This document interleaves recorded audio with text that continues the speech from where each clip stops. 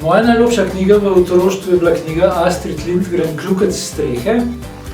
To pa zaradi tega, ker je kljukec strehe grozno rad jedel štrukljice in tudi jaz kot otrok sem grozno rad jedel štrukljice. Drugi razlog je bil pa seveda ta, da sem si grozno želel, da bi tudi jaz imel kakšnega takega prijatelja, ker v otroštvu so me višine in strehe privlačile, po drugi strani smo pa živeli tako, da tam, kjer smo živeli, ni bilo okrog veliko otrok in sem bil precej usamljen in se mi zdelo, da bi bilo super, če bi imel nekoga, s katerim bi lahko skakljal in letal po strehah.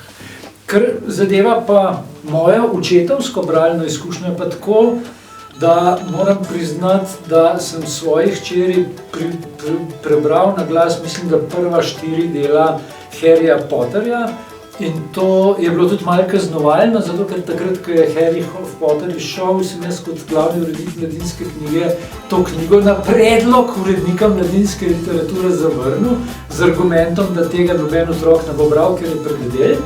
Potem sem šel tisto poletje v Ameriko in mi je hči naročila, da je kupim kavbojsko kikilico v Ameriki, in ko sem stopil v eno trgovino z otroškim tekstilom in v sredi trgovine kup knjig o Harryju Potterju. Takrat se mi je zdelo, da sem naredil največjo možno založniško napako v svojem življenju.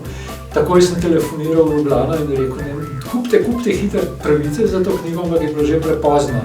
In potem, ko je šla v slovenščini, se mi je zdelo, da si zaslužim to kazen, da jo preberem na glas hčeri, v upanju, da bo po prvih 10 straneh zaspala, ampak je Vragec mejhen po 10 stranih bil buden, po 20 straneh še bolj in po 50 prebranih straneh v tistem večeru sem jaz pomagal in njim šel. Tako da to je bila moja, recimo temu tako, ena najlepših očetovskih bralnih izkušenj, čeprav je bila grozno naporna prebrati Harryja Potterja na glas.